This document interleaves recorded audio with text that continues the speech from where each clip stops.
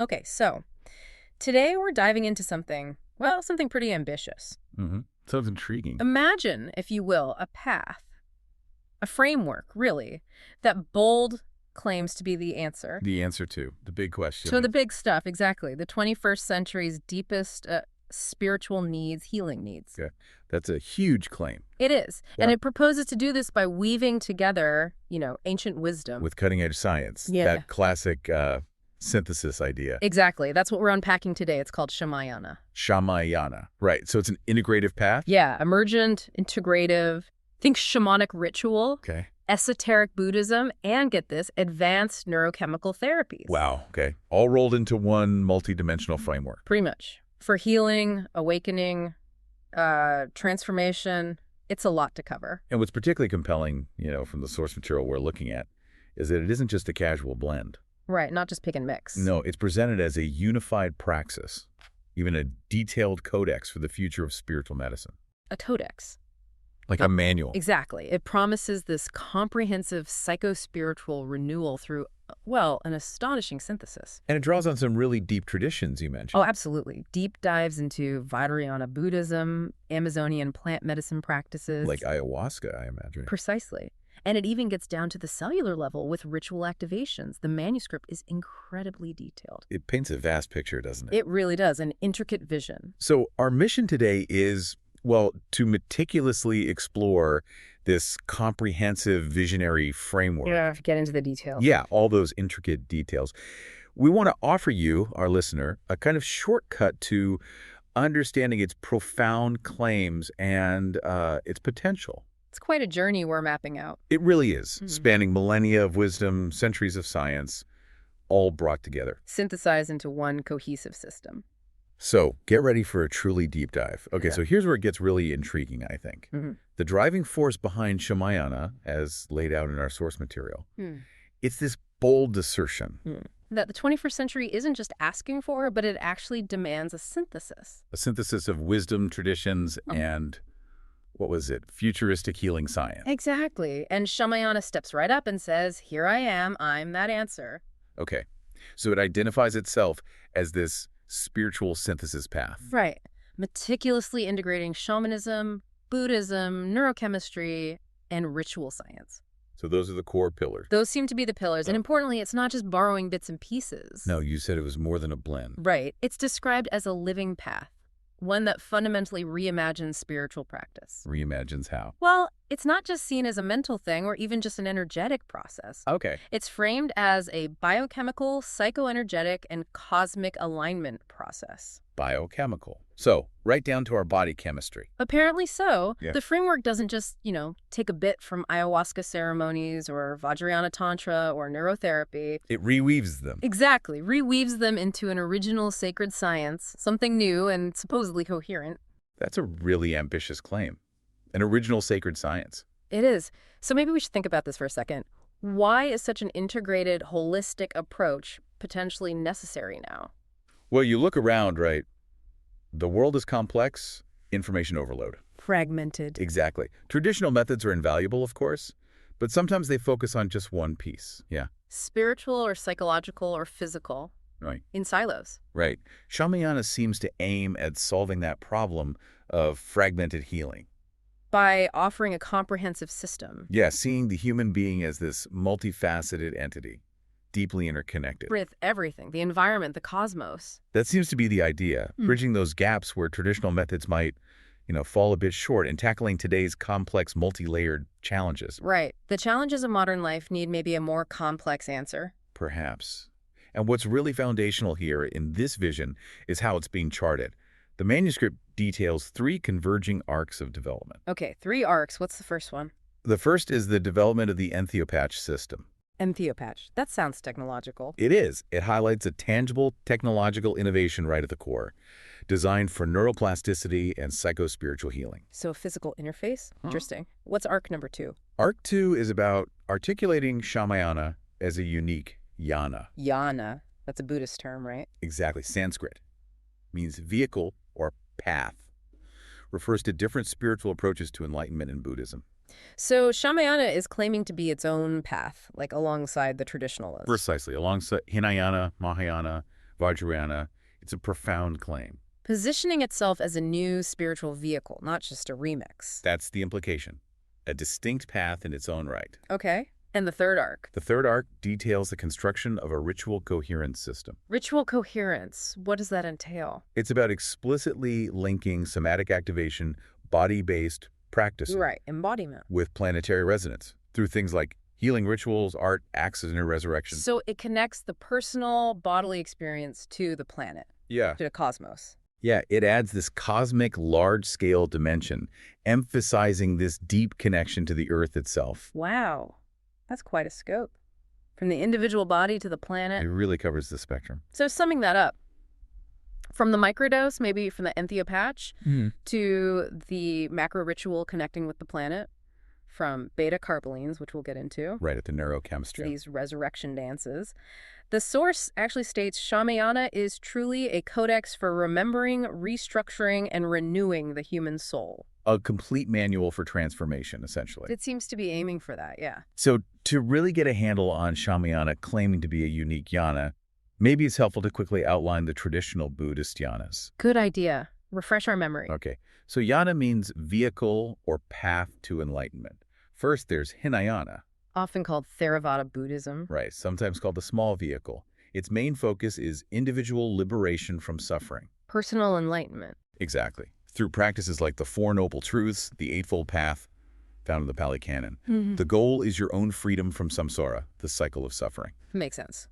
Then there's Mahayana. Mahayana, the great vehicle. This path emphasizes the bodhisattva ideal. The Bodhisattva, striving for enlightenment for everyone, not just yourself. Precisely.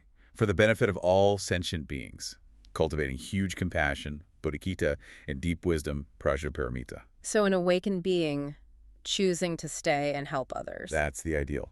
Deferring their own final nirvana out of compassion. Okay. And the third one, Vajrayana. Vajrayana, the diamond vehicle, or thunderbolt vehicle. It's a sophisticated branch of Mahayana. More esoteric. Very much so.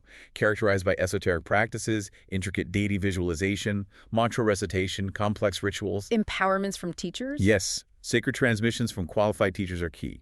The aim in Vajrayana is often swift enlightenment, using powerful, sometimes unconventional methods to speed things up. Okay, got it. Hinayana, Mahayana, Vajrayana. So how does Shamayana fit into this picture?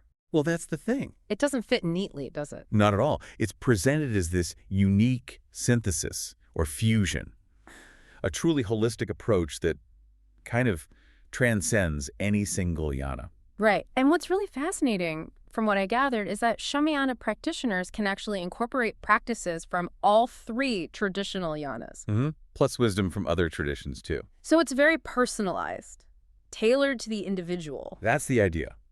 Tailoring the path to individual needs and inclinations. It offers this really personalized spiritual toolkit. Can you give an example, like how would that work in practice? Sure. So a Shamayana practitioner might be doing, say, mindfulness meditation, a core Hinayana practice, right, for self-awareness, calming the mind. Okay. But at the same time, they could be actively cultivating compassion and altruism, which is central to the Mahayana Bodhisattva path. Right. Helping others. And then they might also incorporate ritualistic practices, maybe deity visualization, maybe energy work, all hallmarks of Vajrayana. Wow. And this is all while potentially doing shamanic stuff, too. Exactly. While also doing traditional shamanic journeying or soul retrieval or working with spirit allies from the shamanic worldview. So it really demonstrates that flexible and inclusive nature the source talks about. It does, offering this rich tapestry of tools, as the source puts it, for deep spiritual growth, rather than sticking to just one vehicle. Okay, that makes sense. It's about integration. Indeed. And that dual foundation of Shamayana really rests on this sophisticated harmony between shamanism and Buddhism. Each brings something distinct, but they're seen as complementary. So let's break that down. What's the role of shamanism in Shamayana? It's presented as this ancient, worldwide spiritual practice focused on direct communication with the spirit world. Nature, spirits, ancestors, non-physical beings, that sort of thing. Exactly. And within Shamayana, this shows up in specific integrated practices, like journeying. Okay, what does that involve? Practitioners enter altered states of consciousness, maybe through drumming, chanting, or using sacred sacraments. The goal is to explore different realms, meet spirit allies or guides, and draw back insights for healing. both personal and collective, navigating non-ordinary reality for wisdom. Got it. What else from shamanism? Rituals and ceremonies. Shamayana deeply incorporates shamanic traditions to honor nature, ancestors, spirits. Offerings, prayers, dances. Things like that, yeah. Symbolic actions aimed at fostering harmony between the physical and spiritual worlds. And energy work, you mentioned that. Yes, energy work. Practitioners engage in things like channeling energy, clearing blockages, balancing energetic imbalances. Based on subtle energy systems. Right.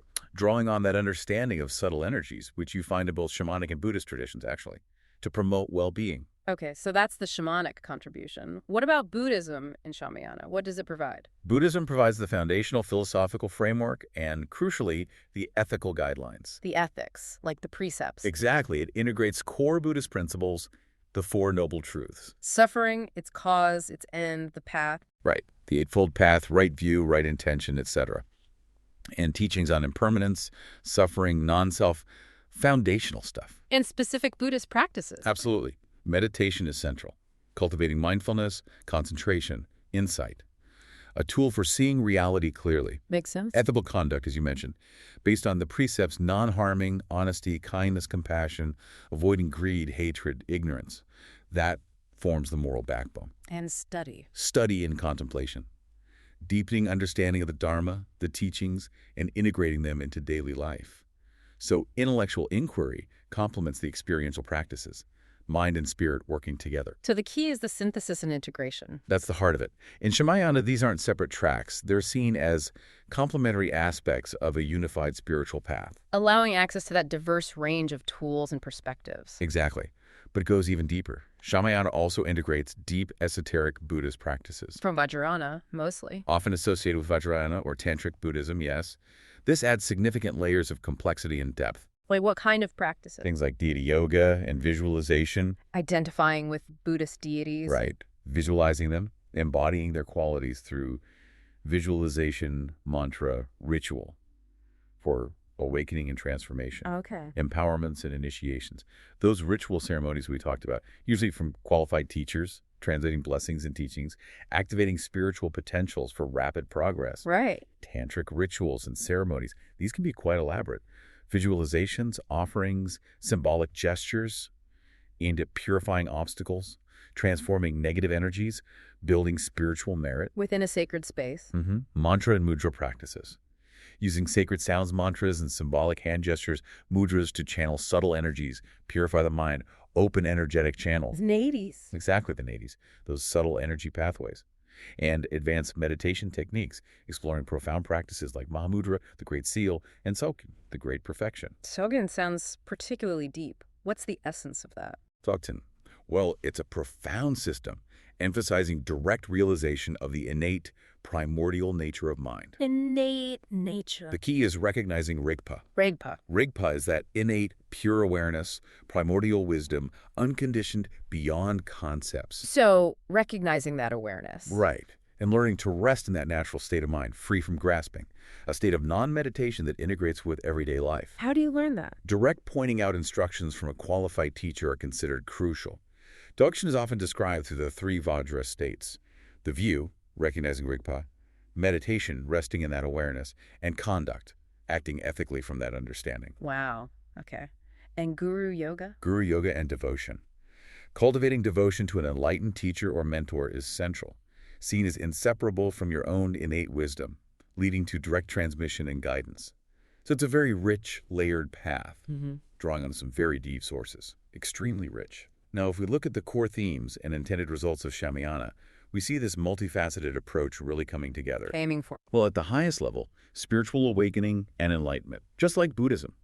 Transcending suffering, samsara, realizing your true nature. Cultivating wisdom, compassion. Insight, experiencing that profound interconnectedness. And the source explicitly says, journey work is founded on the principles of spiritual awakening and enlightenment. So the shamanic journeying is aimed right at that ultimate goal. That's the connection made. And pursuing enlightenment naturally leads to personal transformation. Deep healing. Across all levels, physical, emotional, mental, spiritual. Through all those practices, meditation, energy work, ritual, Journeying practitioners work on healing past wounds, releasing limiting beliefs, awakening dormant potentials. Leading to more self-awareness, empowerment. Exactly. Authenticity. Then there's harmony and balance, a crucial outcome. Within oneself, with others, with nature. All of the above. Integrating that shamanic reverence for nature with Buddhist ethics helps cultivate inner peace and alignment with life's rhythms. It extends outward. And service. Mahayana influence. Yes. Service and compassion are central, inspired by Mahayana. Cultivating altruism, actively engaging in kindness, service, even social and environmental activism. To alleviate suffering. Right. Sharing wisdom and insights for the benefit of all. Shamayana also champions the integration of wisdom traditions. Not just shamanism and Buddhism. No, it's open to insights from other global traditions too. Recognizing universal truths, providing that broad, eclectic toolkit, acknowledging the richness of human spiritual heritage. And community. Community and service are deeply valued, echoing the Buddhist Sangha, the spiritual community. Supportive communities for sharing, mutual support. But extending that sense of community beyond just humans. Fostering interconnectedness and compassion towards all beings, recognizing our place in the larger web of life. That connects to the ecological aspect too, then. Absolutely. A strong emphasis on ecological awareness and stewardship, recognizing the urgent environmental crisis. Drawing from both shamanic reverence and Buddhist interconnectedness. Exactly. Advocating for mindful interaction with the earth, honoring it as sacred, actively working to protect it. It's aiming for truly comprehensive well-being. From the individual soul right out to the planetary ecosystem. That's the vision. Okay, let's shift gears a bit now. We've talked about the ancient wisdom roots, the integration. Now let's get into what the source calls 22nd century healing. Right. Sounds futuristic. It does. Specifically this idea of therapeutic patching. Therapeutic. Interesting term. What does it mean? Well, the source defines it as healing processes combining theological, so spiritual or divine aspects, along with spiritual and somatic body-based therapies, all within a ritual format. So spirit, body, ritual, and technology. Seems like it. Because the core concept introduced is the 4 primary therapeutic patches and spray delivery system. 4 patches and sprays. Yeah. They list a beta-carboline one, a neurogenesis one, a stem cell one, and the one we're going to dive deepest into now, the DMT entheo patch and entheo spray. DMT in a patch. Wow. Okay. Right. It's a vision that seems to marry advanced pharmacology with these profound spiritual intentions. Okay, let's really deep dive into this DMT entheo patch system. DMT, dimethyltryptamine. It's a potent psychedelic compound, as the source notes. With a long history in shamanism, right? Ayahuasca. Exactly. Millennia of use, especially in Central and South American traditions, as a key part of ayahuasca.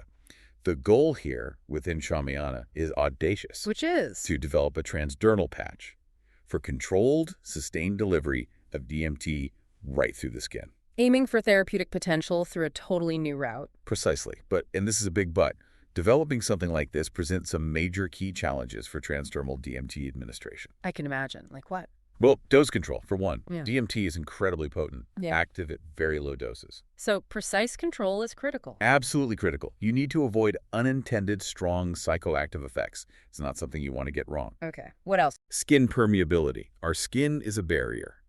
You need specific enhancers to get DMT through effectively and consistently, like needing a special key for a lock. Right. And how it behaves might be different. That's the third challenge, onset and duration. Delivering it transdermally might lead to very different timing compared to smoking or drinking it. Which could complicate therapeutic use or fitting it into rituals. Exactly. Now, it's really important to mention a reality check from the source itself here. Okay. It states there's currently limited information and research on this, and no significant research or development indicating that a transdermal DMT patch is in development. So this is very much a visionary future concept. Absolutely. It's aspirational within the Shamayana framework, a proposed future tech, not something available now. Got it. Good to keep that perspective. So how is it supposed to work? The mechanisms of action. The source describes DMT interacting with multiple brain receptors, primarily serotonergic 5-HT2A receptors, but also sigma-1 and trace amine-associated receptors. And these interactions trigger a cascade of intracellular events, basically a chain reaction inside cells, leading to promoting neuroplasticity, the brain's ability to rewire itself, forming new connections, and neurogenesis, the actual birth of New neurons. New brain cells. Wow. Specifically, the source says DMT facilitates the growth of dendrites, those neuron branches and synapses, the communication points, crucial for new, healthy connections. Okay. And this leads to its therapeutic potential, which sounds vast. It does. Spanning clinical use, something the source calls genius augmentation and neuroregeneration. Let's break that down. Mental health first. Right. For depression and anxiety, the idea is that promoting neuroplasticity could offer rapid, sustained antidepressant effects, maybe even from a single dose. Bypassing daily meds, potentially. Potentially. For PTSD, its ability to shift perception might help reframe traumatic memories, reduce their emotional sting, aid healing, seeing things differently. Makes sense. Addiction. For addiction treatment, the profound insights and emotional release DMT can provide might help break cycles where other therapies haven't worked, addressing deeper spiritual or psychological roots. Okay. Then neuroregeneration for brain injury. Yeah. For stroke and traumatic brain injury, TBI, those neurogenic properties could theoretically aid recovery, promoting new neuron growth, potentially restoring lost functions. That would be revolutionary. And neurodegenerative diseases, like Alzheimer's, Parkinson's. The potential there is to enhance neurogenesis and protect existing neurons, maybe slowing disease progression, improving quality of life. A new frontier, really. Okay. And this genius augmentation idea, what's that about? From a cognitive enhancement viewpoint, the idea is that enhancing neuroplasticity could improve memory, learning, problem solving. Leading to more creativity? Higher intelligence? Potentially. It's about optimizing brain function beyond just fixing problems. And it also mentions enhancing emotional intelligence and empathy. How so? Through effects on emotional processing, better understanding and relating to others, improving relationships. That's a broad range of potential. It is. And the source emphasizes the advantages of innovative delivery methods like dermal patches. Right, compared to other ways. Patches could offer controlled release, steady levels over time, avoiding jarring peaks. More convenient, too. Convenience and compliance, yeah. Non-invasive, easy to use, potentially better for long-term use or microdosing. And maybe fewer side effects. Reduced side effects, potentially. Yeah. By bypassing the gut and liver's first-pass metabolism, you might get more consistent effects, less nausea. So where does the research need to go? Future directions. Key areas are pharmacokinetic studies figuring out doses and absorption, extensive clinical tests for safety and efficacy, neuroimaging studies to see brain changes, and of course actually developing these novel delivery systems. That's a truly audacious claim for DMT, envisioning it not just for mental health, but for genius augmentation. What specific kind of cognitive enhancement is the source suggesting here? Is it about raw intelligence or more about creativity or problem solving? And how far-fetched is this vision, realistically? That's a great question. The source seems to suggest a pretty broad spectrum of cognitive enhancement. It's not just, about boosting raw IQ points. Right. It seems more holistic. Right. Better memory, definitely enhanced learning capabilities, and notably improved problem-solving skills and heightened creativity. So, more flexible thinking, making new connections. That seems to be the idea. Fostering new neural pathways, that neuroplasticity we talked about, could make the brain more adept at, say, divergent thinking, making novel associations. Okay. And how far-fetched is this, really? Well, we have to remember this is presented as a 22nd century healing concept within the Shamayana framework. So highly speculative, visionary. Extremely. Yeah. While there is preclinical research, in labs showing DMT's neurogenic properties, Right. translating that into controlled cognitive enhancement in humans, especially via a patch that doesn't even exist yet. That's a monumental scientific and technological leap. So definitely a long-term aspiration, not something around the corner. Absolutely. It's part of the grand vision, but very much in the future. Okay. Let's move on to the next patch ingredient mentioned, harmine. Right. The harmine patch and the beta-carbolines family. Harmine is a naturally occurring beta-carboline alkaloid. Found in? Primarily derived from Banisteriopsis caapi, that bind, which is a key ingredient in traditional ayahuasca. Okay. And its main action? It's primarily a reversible inhibitor of monoamine oxidase A, MAOA. MAOA inhibitor. Okay.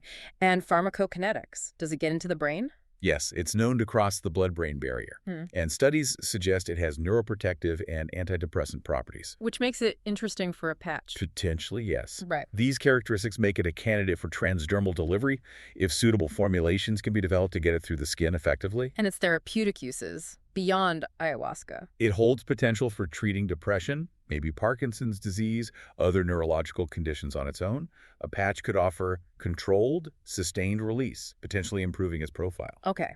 Now, MAO inhibitors, MAOIs. This seems really crucial to understand Harmine's role, especially with DMT. Absolutely critical. Monoamine oxidase, MAO, is a natural enzyme in our bodies. Its job is To inactivate or break down most tryptamines, the class of compounds DMT belongs to. So MAOIs stop that breakdown. Exactly. They potentiate tryptamine effects by preventing their breakdown. This is what makes compounds like DMT orally active in ayahuasca or prolongs their effects. Are there different types of MAOIs? Yes. Two main classes, irreversible and reversible. And they inhibit one or both MAO enzyme types. MAOA, which mainly breaks down serotonin and noradrenaline, and MAOB, mainly dopamine. Harmine is. Coherent is a reversible inhibitor, primarily of MAOA.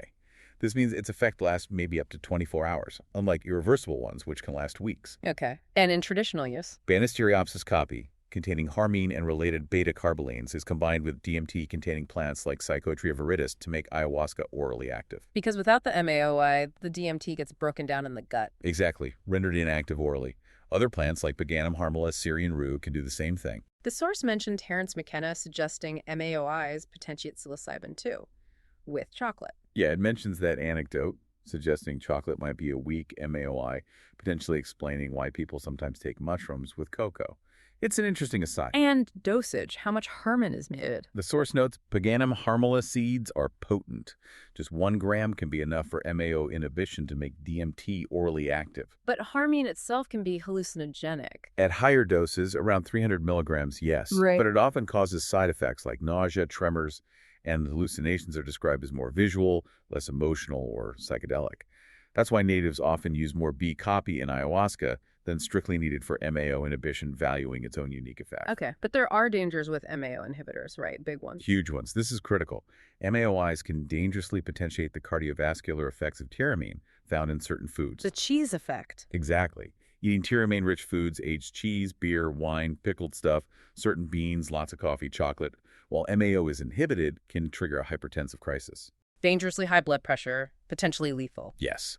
And their effects are intensified with many other medications, amphetamines, anesthetics, sedatives, antihistamines, alcohol, strong painkillers, antidepressants. The list is long. So extreme caution is needed. Absolutely. Yeah. The source recommends, as a general rule, a threshold dosage over a longer period of time to manage these risks. Okay. And the Hermine compound family includes hermine and pinylene. Its role in DMT bioavailability is key, but needs careful management in a patch. Very careful management given all those risks. So this brings up that really important question. How on earth do you bring these two powerful compounds, DMT and hermine, together effectively and safely in a transdermal patch? Especially with those complex interactions and the MAOI safety issues. It seems like a massive challenge. You've absolutely nailed the crux of it. The synergy or dual patching of DMT and harmine alkaloids in one transdermal system is incredibly complex. It requires meticulous science and technology. Where do the challenges lie, chemically? Well, chemical properties and formulation is a big one. DMT is small, lipophilic, which helps skin penetration in theory, but metabolizes fast. Right. Harmine is generally suitable for transdermal delivery and is needed to inhibit MAO for the DMT. Combining these two with different properties into one stable, effective patch is profoundly challenging. And dose control and safety must be paramount. Absolutely paramount. The patch needs to deliver precise, controlled doses of both. The ratio of harmine to DMT has to be meticulously optimized. Enough harmine to inhibit MAOA for the DMT to work. But without causing adverse effects from either compound, especially those MAOI risks we just covered, it's a huge balancing act, an engineering feat. And getting them through the skin. Skin permeability and enhancers. You almost always need permeation enhancers to help drugs cross the skin barrier. The source even suggests advanced strategies might be needed. Like? Microneedles, tiny painless needles, making microchannels or nanoparticles, encapsulating the drugs to get both through effectively. And how they interact in the body might be different this way. That's pharmacokinetics and pharmacodynamics. You need thorough investigation to ensure predictable onset, duration, intensity when delivered transdermally together. It could be profoundly different from traditional routes. Needs new research. And getting this approved, regulatory and clinical considerations must be immense. Exceptionally challenging. Extensive preclinical, then clinical testing is required. Regulatory approval would be very difficult given DMT's legal status in many places and the complexities of combined drug delivery. Plus, just making the patch itself. Significant technological and manufacturing challenges. You need sophisticated tech for a stable formulation, controlled release of two different compounds, maybe with different stability needs. It pushes pharmaceutical science boundaries. Does the source give any ideal dosages, even estimates? It provides some ranges, but stresses these are initial estimates needing rigorous research. Okay, for harmonium. Oral therapeutic use is maybe 3,300 milligram a day. For MAOA inhibition with DMT, orally it's often 150 milligrams trash. Transdermally, maybe a similar range, 150 milligrams per patch, but that depends entirely on absorption studies. And for DMT, it's usually short-acting when smoked. Right. 1050 milligram vaporized gives intense effects for 5-30 minutes. Transdermally, you'd want a lower continuous dose over longer periods. To avoid intensity, allow therapeutic benefit. So the estimate is? Maybe 110 milligrams per hour, aiming for 240 milligram total over 24 hours. Again, highly speculative. And combined patching just requires extreme care. Utmost care in balancing to avoid side effects. Clinical trials are essential. Start low, titrate up carefully. Personalized adjustments are almost certain due to individual variations. It's a delicate dance. Okay, so within Shamayana, transformation isn't just about, say, the biochemistry of patches. It's deeply embedded in various ritual technologies that engage the whole person. Right. Let's start unpacking some of those. What about resurrection art? Sounds dramatic. It does. It's defined as the creative expression of spiritual rebirth and renewal within ritual dramaturgy. So art as part of the ritual process itself. Exactly. Not just art for art's sake, but a dynamic, embodied process facilitating deep personal change. It has phases and symbolic practices. First, release. Letting go of old patterns, limitations, attachments. Clearing the space, energetically and psychologically. Makes sense then. Celebration. The joyous acknowledgement of that spiritual rebirth, often communal, expressing gratitude. Okay. What's double dancing? That's described as a symbolic practice, representing the simultaneous dance of letting go of the old and embracing the new. Integrating dualities, like light and shadow. That seems to be the idea. Harmonizing opposites on the path. And finally, talismanic gateways. Symbolic portals. Yes. Used to mark significant transition points in a ritual, acting as energetic anchors, helping practitioners move between states of being, from mundane to sacred or transformed. So it's a structured, artistic approach to inner renewal. Very much so. What's particularly fascinating looking through the source material is the sheer scope of these Shamayana activations. They go far beyond the individual. Right. It's not just internal work. It's about connecting to global, even cosmic forces, a huge ambition. The source lists a vast array, showing that comprehensive approach. Like global medicine and cellular universalization. What does that even mean? Global medicine sounds like infusing healing energies into collective consciousness. For planetary well-being. Energetic acupuncture for the world, maybe. Wow. And cellular universalization. Aligning individual cells with cosmic frequencies for holistic transformation. Universalizing healing down to a fundamental biological level. Okay. Mind-bending stuff. What about neurogenetic ego transcendence?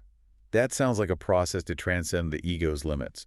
Not just psychologically, but at the neural and genetic levels. Rewiring the self deep down, altering the blueprint. That's the implication.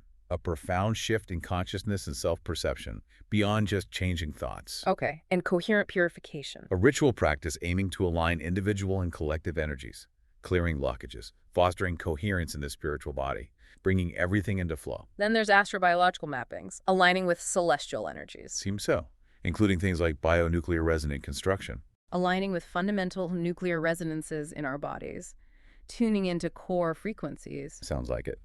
And baptism here isn't just religious, but symbolic purification through immersion in cosmic energies, a deep, energetic cleanse. And rites of revelation, ceremonies for big insights. Exactly. Leading to profound insights, spiritual unveilings. They have key components mentioned. Rupturing with the world of common day, breaking free from mundane perceptions to enter higher states. Okay. Enactment, symbolically embodying cosmic truths through ritual action. Right. Initiation ordeal, challenging experiences marking entry into new spiritual territory. testing and transforming. The bitter bliss, that's evocative. Transformative experiences that are paradoxically both challenging and ecstatic. It's a truly holistic vision spanning all scales. Continuing with the Shamayana activations, there's a really strong emphasis on somatic and energetic practices. Engaging the body's subtle energy systems directly. Exactly. Showing the body isn't just passive, but an active participant in transformation. Like vagus stimulation. Specifically, polyvagal solar fire stimulation. Techniques to activate the vagus nerve. Which regulates the nervous system, promotes calm. Right. Crucial for inducing relaxation and fostering heightened spiritual receptivity. Calming the physiology to open up. Okay. What about solar fire stimulation, invocation, and accumulation? Oh, that sounds like intentionally harnessing solar energies for awakening, ritually calling on these forces, and actively absorbing and storing them for vitality. Like charging up with solar power. Metaphorically, yes. Then meridian charge. Aligning and charging the body's energetic meridians, like acupuncture pathways, ensuring energy flows freely. And energy work more broadly. Encompasses practices like Tai Shen Cheng into vitalization for harmonizing specific energy centers. And touch and embrace, using physical touch as a conduit for energy exchange and healing. Direct life force transfer. Point work involves techniques for balancing key energy points, using ideas from acupuncture, heat via moxa, placing energetic caps, or simply holding points, drawing on ancient modalities. Rebooting liver qi sounds specific. Traditional Chinese medicine. Very much so. Revitalizing the liver's energetic function, seen as vital for detox and emotions, includes liver and clearing the files, releasing stored emotional and energetic imprints. A fresh start. Okay. Fawa, that's Tibetan Buddhist, right? Transfer of consciousness at death. Yes, integrated here. Applied through practices like shamatark touch to facilitate that conscious transfer, and induced deafness. Not literal death. No, symbolic. A profound letting go of the old self, shedding identities to embrace a new state. Wow, pneumatikoi mistos. Mysteries of spiritual breath. Right. Conscious breath work for heightened awareness and transformation, harnessing prana, life force, through breath. And hollow breath work, synchronized with holographic rhythms. Yes, synchronized with the hologene, described as a fundamental holographic genetic field, aligning your energy with its universal resonance through breath. And finally, power sources, tapping into plants, rocks. Plants, rocks, the earth, power animals, those spirit guides, even angels, seen as direct sources of energy and wisdom to be invoked and integrated. Now, within Shamayana, inner alchemy and mythos also play a huge role. It's not just external rituals, but deep internal shifts and understanding the symbolic narratives that shape us. Okay, like transociation possessions. What's that? Intentional entry into altered states. For spiritual guidance or embodying archetypes, includes entering and passing through trance states, and even trance aerobics. Aerobics and trance. Dynamic movements while in trance, apparently, to integrate insights physically. Okay. Revealing personal mytho. Uncovering our personal stories. Exploring those symbolic narratives that shape your unique personal mythology. Understanding your core belief, your life story. And revelating onto genetic mythos goes deeper. Ancestral myths in our genes. That's the idea.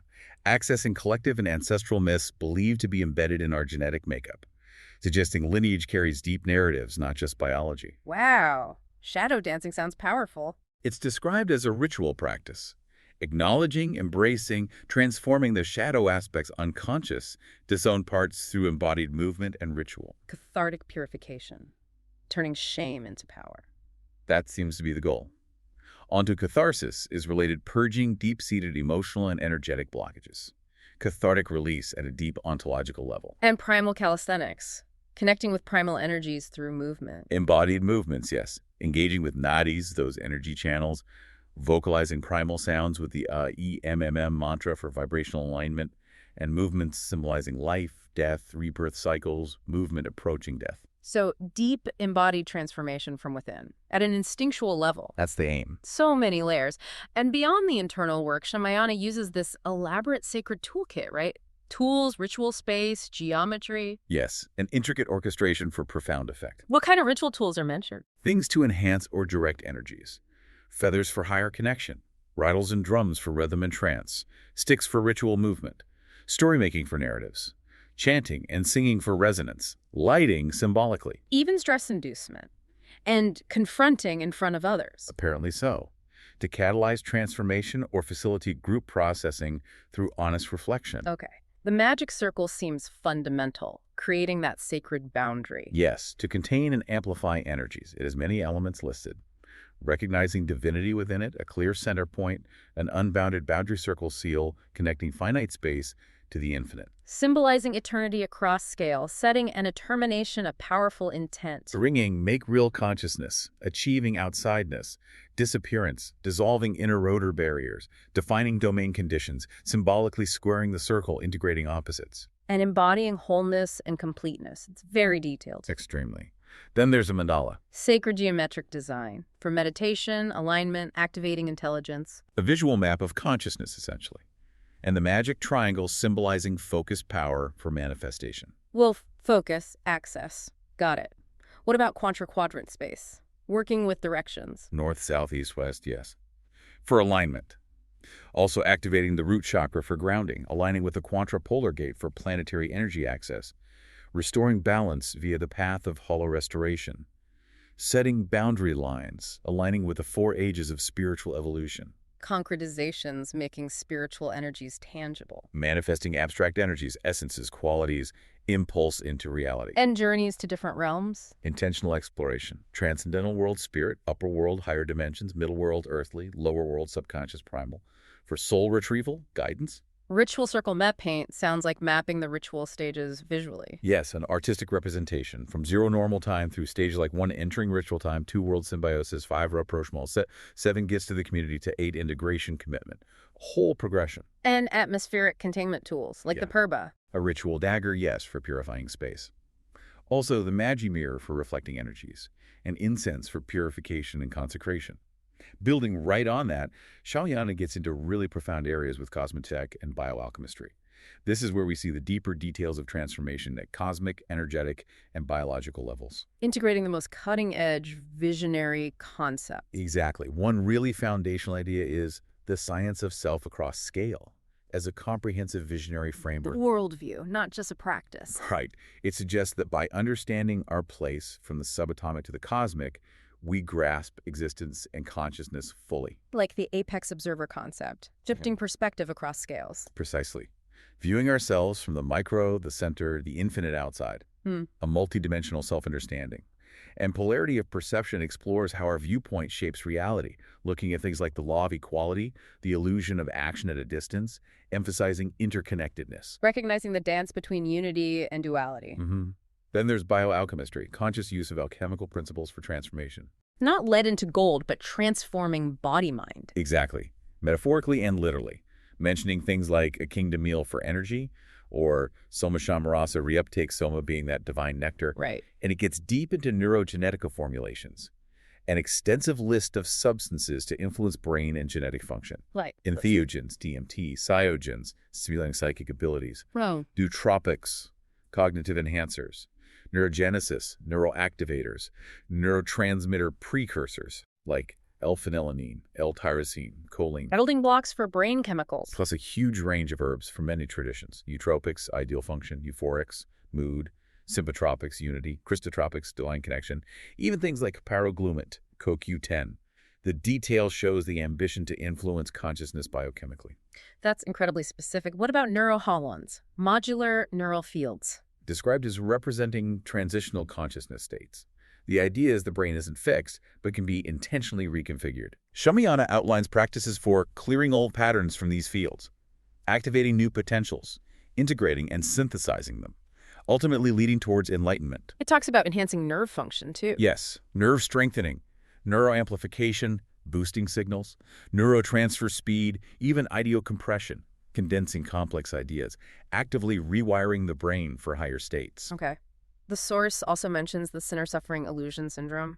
It sounds intense. It does, but it seems to describe how modern life often leads us to commoditize our existence, treating time, space, lifelike products. Leading to core invalidations, inner landmines. Right. Pushing us towards self-defeating shortcuts instead of real spiritual growth. A critique of how fragmented materialist living creates suffering and disconnection. And collective oligos, addressing societal issues. Seems so. A collective lack of wisdom leading to things like hollow shattering, breakdown of holistic understanding, fund of patriarchy, critique of patriarchal systems, even New Age as social spiritual cultism, suggesting spiritual movements can get distorted, It points to deep societal pathologies. Yeah, eroticized aggression, typhonism, chaotic force, worship of Ouroboros Chronos, time endlessly consuming itself. It shows Shamayana's goal isn't just individual healing, but addressing fundamental collective dysfunctions, guiding humanity towards a more integrated future. Okay, moving from those incredibly detailed theories, let's focus on one of the most tangible, powerful tools mentioned, ayahuasca. It seems central. The source positions it as a real gateway to profound transformation within this system, and it describes the ayahuasca experience itself in amazing detail, differentiating it from other psychedelics. How so? Well, the physical effects are often described quite positively. A pleasurable, warm, soft, and all-encompassing glow, sometimes spontaneous, sometimes consistent. Okay. And cognitively? Surprisingly, extremely sober and clear-headed compared to LSD or psilocybin, which can be mentally foggy. Interesting. So clarity amidst the intensity. Seems so. It includes many expected effects.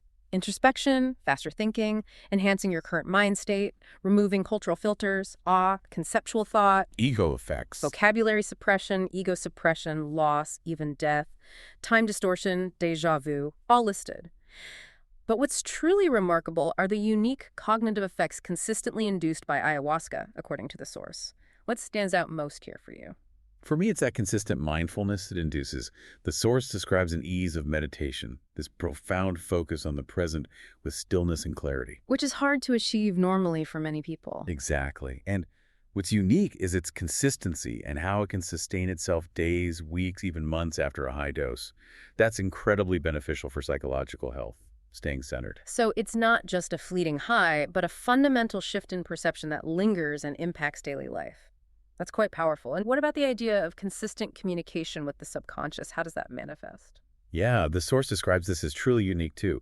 At lower doses, it might be like an internal voice in your thoughts, offering insights. Okay. But at higher doses, it can become a fully audible voice, coherent, seemingly self-aware, capable of conversation on par with your conscious ego. Like talking to a wise guide or a deeper part of yourself. Often perceived that way, yes.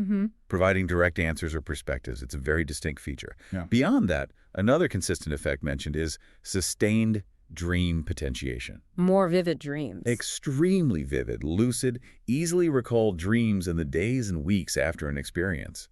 Often seen as a continuation of the inner work from the journey itself, like it continues in sleep. That's fascinating. What about the purge, the nausea? Right. The source notes that the overall positivity or negativity often hinges on one's experience with the purge. If you're not used to it, it can cause paranoia, anxiety. It can, yes. Yeah. But those tend to diminish once adapted.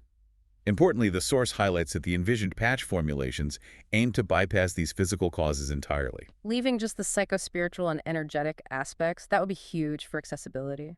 It would be a significant development. Now, the visual effects are described as wide-ranging.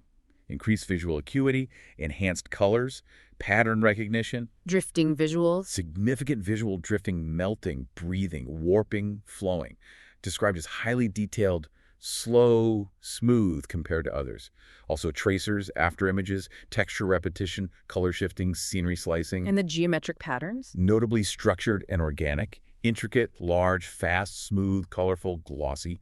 Can reach level 7B complexity at high doses. Intensifying in darkness. Yes, self-complexifying in darkness, resetting with lighter tasks, emphasizing that idea. Through stillness, we can merge the cosmic with the spiritual. This visual detail is a signature. And visionary states, encounters with entities. High level, consistently produced. Transformations, imagery, full visualization, scenarios, settings, concepts. Encounters with autonomous entities, often seen as teachers, guides, spirits. Spiritual or mystical experiences. Especially in dark environments, yes. Providing profound insights. And finally, the auditory effects are also remarkably consistent. Hearing things differently. Auditory enhancements, hearing subtle sounds. Yeah. Auditory distortions, sounds shifting, and auditory visualizations, synesthesia, sound creating visuals, often involving music, chanting, natural sounds, guiding the journey. Okay, so what about health, safety, and tolerance? What does the research say? The source indicates research shows no negative cognitive, psychiatric, or physical consequences from ayahuasca use. When used responsibly. Yes, in reasonable doses, within a careful ceremonial context. In fact, studies show elevated happiness and health among users, especially mental well-being, life satisfaction. And addiction. Tolerance. Not physically addictive. Many users report a self-regulating quality. No real tolerance buildup, allowing daily use if needed, though users often feel called to it only when necessary. It stays intentional, not compulsive. Okay. And preparing for the ayahuasca journey is crucial, right? Absolutely critical for maximizing benefits, minimizing challenges. The source gives precise guidelines. Like diet. Dietary restrictions. Avoid salty, pickled, fermented foods, alcohol, meat. Stick to a light vegetarian diet beforehand. Cleanses the body. Physical prep. Physical preparation. Stay hydrated. Avoid strenuous activity. Be well rested. It can be demanding. Mental and emotional. Mental and emotional preparation. Meditation, yoga, grounding. Crucially, set clear intentions. What do you seek to learn or heal? And spiritually. Spiritual readiness. Approach with a deep respect, openness, willingness to surrender. Trust the medicine. And during the ceremony, any practical guidelines? Yes. Breathe to stay grounded. Surrender. Let go of control. Think positive thoughts. Lows, light, healing. Engage in the process. Work through challenges. Align and ground your body. Meditate in moments of stillness. Engage with music and song to navigate. Sound is key. And after? Post-ceremony integration. Essential. For solidifying insights. Hydration, nutrition, rest, relaxation, and continued practice maintaining spiritual disciplines connecting to the insights gained. Integration support can be vital, too. Absolutely. Therapy or spiritual guidance to process profound experiences. And the spiritual essence of ayahuasca. It's seen as more than just chemicals. Far more. Described as embodying complex spiritual forces that guide the healing and transformation process. The plant components just reflect these deeper forces. A profound spiritual ally. Facilitating deep healing, transformation, connection to the divine, revealing the vast, beautiful, and sacred essence of existence. The source emphasizes, the only real journey is the inner journey. Exploring your depths, connecting to your true self, experiencing the divine, requires courage, openness, support. So what does this all mean for accessibility? Getting this experience to more people. The source describes these ambitious efforts. Right, to responsibly bring this potential forward through a diverse product line. Going beyond just the traditional brew. The line is called Sacred Soul Elixirs. Slogan, journey within, discover your soul. Catchy. What kind of formulations? Quite diverse, aiming for different preferences, uses. There's the traditional ayahuasca brew, true to the recipe. Okay, the classic. An enhanced ayahuasca blend, adding other psychoactive plants, chacruna, chalapanga, mimosa hostilis to intensify or alter effects. Right. For convenience, ayahuasca capsules, discrete, standardized doses. For microdosing or easier use. Interesting. Tinctures? Ayahuasca tinctures. Concentrated liquid, sublingual use, rapid absorption. Ayahuasca tea bags, too. Pre-measured doses. Making it simpler. And chocolate. Ayahuasca-infused chocolates, combining the effects with a more palatable taste. Masking the bitterness. Clever. Anything non-ingestible. Yes. Ayahuasca topical oils, for external use in rituals, promoting relaxation and energy flow. Ayahuasca bath salts for purification rituals in the sacred bath. Wow. And incense. Ayahuasca incense blends, fragrant smoke offerings for ceremonies, meditations, space clearing, adding an aromatic dimension. That's a huge range. The developmental stages must be rigorous. Extremely. Starts with studies on ingredients, experimenting with formulations effects, safety, extensive formulation testing, potency, purity, stability. Clinical trials. Crucial. Assessing human efficacy, safety mood, cognition, spiritual experiences. Then stringent regulatory compliance approvals. Production scaling with quality control. Packaging and labeling matter too. Emphasizing spiritual significance, clear instructions. Distribution and marketing considering legal, cultural sensitivities. Focusing on transformation, not recreation. And support. Crucially, education and integration support. Resources on ceremonies, prep, integration therapy, guidance. And community engagement. With indigenous communities. Yes. Researchers. Yes, honoring traditions, fostering dialogue, continuous improvement based on feedback and science, aiming to honor the medicine's origins. They also mention ayahuasca ritual kits to ensure safe experiences. Exactly. Developed through research and formulation based on traditional ceremonies, consulting shamans, lists of pre-measured ingredients, tools. Sourcing. Ingredient sourcing and preparation focuses on high-quality, ethical, sustainable sourcing, B. Capi, P. viridis, traditional processing. Packaging design reflects sacredness, uses eco-friendly materials, clear labels. What's in the kit? Kit components. Pre-measured ingredients, ceremonial tools, bowl, cup, rattle drum. Instructional guides, Supportive materials, candles, incense, herbs. Safety must be paramount. Strict safety and legal compliance, adherence to regulations, harm reduction info, crisis intervention resources, quality control and testing for purity, potency, contaminants. Training for facilitators. Education and training offered, covering ethical, cultural best practices. Community engagement ensures respect. Launch and distribution includes ongoing support. It's a deep commitment to responsible access. Okay, and now for something, well, completely different, it seems, yet still on that cutting edge of healing innovation. Yeah. The source touches on a truly surprising area: venom polypeptide therapy. Snake venom, seriously. Apparently, it introduces product lines, toxin treat solution slogan, harness nature's power for healing, and a venom polypeptide therapy supplement stack called Toxin Tonic Stack slogan, harness nature's venom, heal from within. Wow, that's bold. And various spray delivery systems, too. Venom peptide aerosolizer, toxin mist delivery, serpent spray system, a whole list of names. It sounds like something out of science fiction. Or maybe a very ancient, forgotten practice, perhaps? But what's the idea? Well, while it sounds startling, even dangerous, the source explains that snake venom contains this complex mixture of proteins, enzymes, and toxins. Okay. And some of these components have actually been studied for potential therapeutic properties. Like what? Historically, things like pain management or as anticoagulants, blood thinners.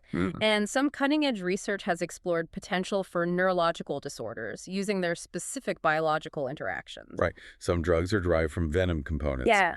But using it for neurogenesis. That's where the source issues a very crucial caution. It clearly states, quote, the use of snake venom for promoting neurogenesis is highly experimental and speculative. Okay, that's important context. Highly speculative. Yeah. Yes. And it emphasizes the significant risks. It warns strongly, quote, it's important to approach any experimental treatments with caution and under the guidance of qualified medical professionals, as the potential risks and side effects are not well understood and could be significant. So, definitely not something to try at home. Absolutely not. It explicitly reiterates that there may be safer and more established alternatives for promoting neurogenesis, like the DMT or neurogenesis patch ideas we discussed earlier. Right, so this section serves more as a stark reminder. I think so. A reminder that innovation, while exciting, demands extreme prudence, rigorous science, medical oversight. It's a field with both potential and immense danger. #tag outro. Wow, okay, what an incredible deep dive that was into the visionary world of Shamayana. It really covered a lot of ground. We journeyed from, ancient wisdom traditions right through to proposed futuristic healing technologies. From the microcosm of neurochemistry, genetics, to the macrocosm of planetary coherence. Shamayana truly presents itself as this incredibly bold, comprehensive framework for both personal and collective transformation. Integrating seemingly disparate fields into this singular, audacious vision. And if we try to connect this to the bigger picture, I think the core message woven throughout is really the profound power of synthesis. Right, bringing things together. That radical idea of integrating fields that seem separate: spiritual practice, modern neuroscience, biotech, ritual science, to address these really complex needs for healing and awakening. It highlights a vision where spirituality isn't separate from biology or technology. Exactly, but deeply interwoven, reflecting a truly holistic understanding of existence. It's a call to bridge gaps, find unity. So what does this all mean for you, our listener? Well, it certainly challenges our conventional notions of healing and spiritual growth, doesn't it? It presents a system that is just incredibly ambitious in its scope. It urges us to consider what truly holistic well-being could look like when ancient insights meet cutting-edge innovation. Makes you pause and think about the future of human potential. Which really raises an important final question for reflection. As we look towards the future, what are the ethical considerations? What are the societal implications of intentionally trying to accelerate spiritual and neurobiological evolution? Through these integrated practices and technologies like those proposed by Shamayana. Yeah. How might such a comprehensive codex, a literal instruction manual for transformation, spanning our genes to our collective consciousness, how might that fundamentally redefine what it means to be human in the 21st century and beyond? It's a vision that compels us to ponder not just the amazing possibilities, but also the profound responsibilities that come with potentially shaping our own evolution. A lot to think about.